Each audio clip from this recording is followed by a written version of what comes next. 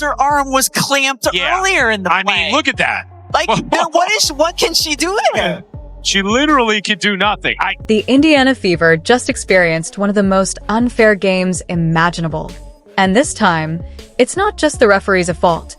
Poor coaching played a huge role in the disaster. This was an embarrassing performance. How do you lose at home to the Dallas Wings? You lose at home to the Dallas Wings that lost to the gum on the bottom of the shoe, Chicago Sky 3 times. They lost to the Sky 3 times. You lose to the Dallas Wings. Man, stop it, man. Stephanie White is a joke. The Fever fell 81-80, and it wasn't just a single missed shot that cost them. They ended up losing to the Dallas Wings, arguably one of the WNBA's weakest teams.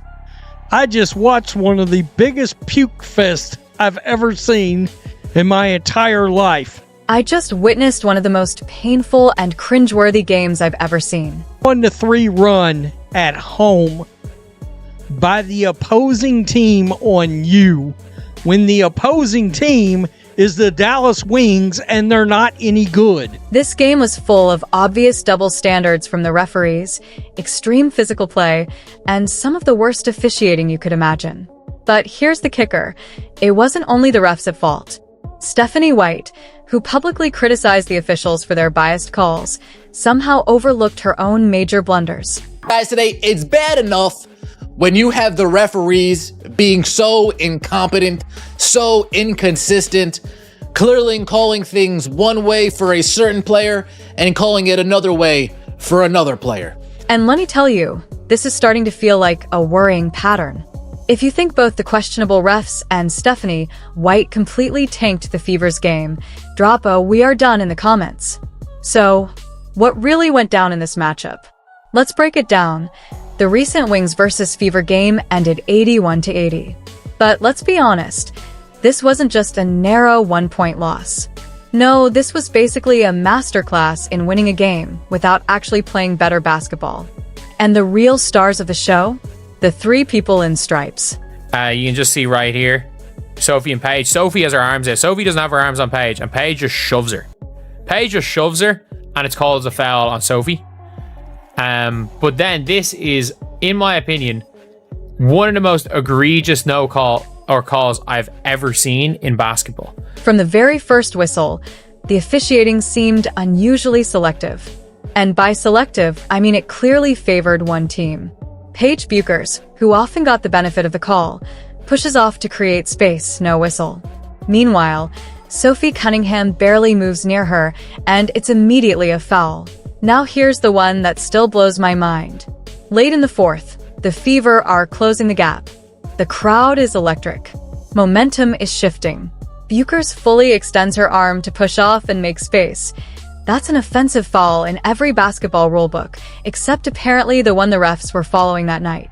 Instead, Cunningham gets tagged with the foul, handing Dallas both possession and a huge momentum swing on a silver platter.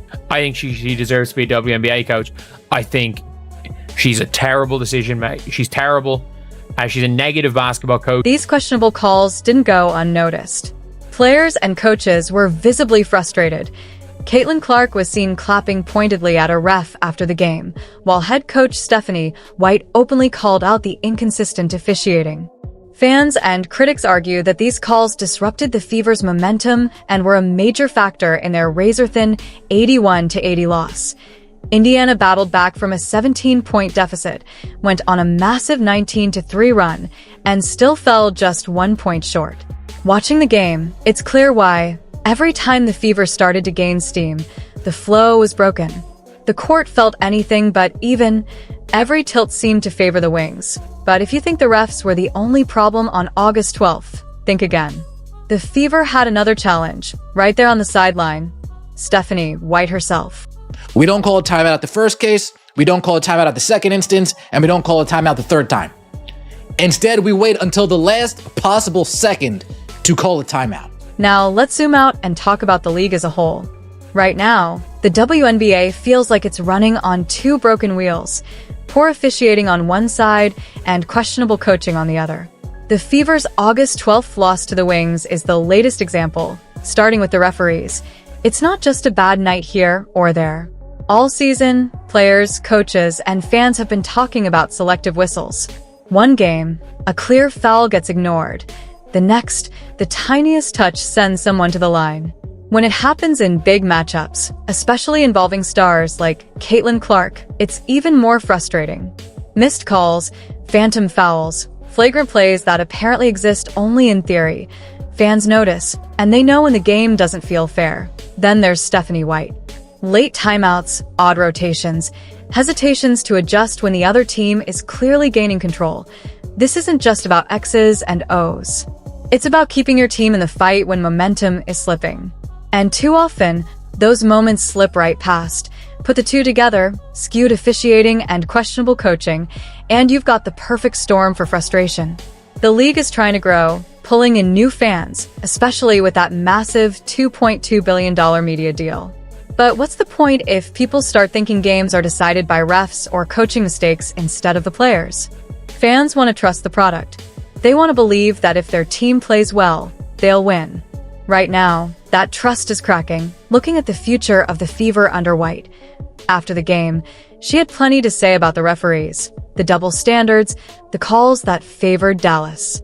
Some of that was valid, sure. But here's the problem. She didn't say a word about herself. No mention of the late timeout, the rotation decisions, or the slow adjustments. This isn't the first time White has pointed outward rather than inward. It's a pattern that makes losses sting even more. Because if the head coach won't acknowledge her own role, how can the team fix what's broken? Indiana has talent, Boston, Mitchell, and when she's healthy, Clark. This is a roster that should be building toward playoff runs, not making excuses. But leadership sets the tone. If accountability stops at the locker room door, the culture shifts from "we'll get better" to "it's someone else's fault." That's how promising seasons slip away. And the opposing team is the Dallas Wings, and they're not any good. I mean, seriously, what just happened during this game? Then there's the issue with player rotations. Lexi Hall, who's been a spark earlier this season, barely got any minutes. Meanwhile, players who haven't fully gelled with the lineup are getting heavy court time. The result? Poor spacing, shaky defense, and a team that looks like they just met in the locker room right before tip-off, and the adjustments, or lack thereof. The Wings played aggressively all night, the officiating was inconsistent, and the Fever's game plan barely changed from start to finish. In the final quarter, when urgency was critical, the offense felt slow and predictable. Even the timeouts were poorly timed. Dallas would go on a run, momentum swinging their way, and instead of stopping the bleeding, White let it continue. By the time a timeout finally came, the damage was done. This isn't the first time White's system has struggled when stars aren't clicking or are injured. Caitlin Clark missed nearly 20 games this season. Instead of reshaping the offense to fit the team's strengths, White often tries to force everyone into the same rigid framework. When coaching decisions disrupt flow in close games, it's more than inefficiency, it's a pattern, and it's costing the team more than it's helping. And let's be real about this particular game. How do you lose to the Wings? A team that had dropped their last 5 games. They were struggling against everyone, yet somehow walked all over the Fever. This wasn't just a loss. It was a wake-up call. I think she plays puke ball. I think she plays slow. I think she plays boring basketball. I think she often gives players too much of a leash when she shouldn't. Gives players she should give a leash, more of a leash to. None of it. She doesn't seem to believe in the hot hand. In fact, she seems to do the opposite of the hot hand, where if a player makes a couple of shots, she pulls them. And let's be real, with Clark out for weeks, Indiana can't afford to keep wasting opportunities. Every game matters. Every mistake is magnified. Every decision from the bench could tip their future one way or another. If White keeps ignoring her own errors, the Fever's future looks uncertain. Not because the players aren't talented, but because the person steering the ship is too busy blaming the waves to check the compass. If this keeps up, Indiana will either have to face the consequences or make a coaching change. The recent Fever versus Wings game made a lot of things clear. It exposed the refs' double standards, highlighted White's coaching inefficiencies, and revealed deeper issues within the team. The WNBA now has a choice: fix these problems or risk undermining the progress the league has worked so hard to achieve. What do you think? Drop your thoughts in the comments, and don't forget to subscribe so you never miss an update on the WNBA.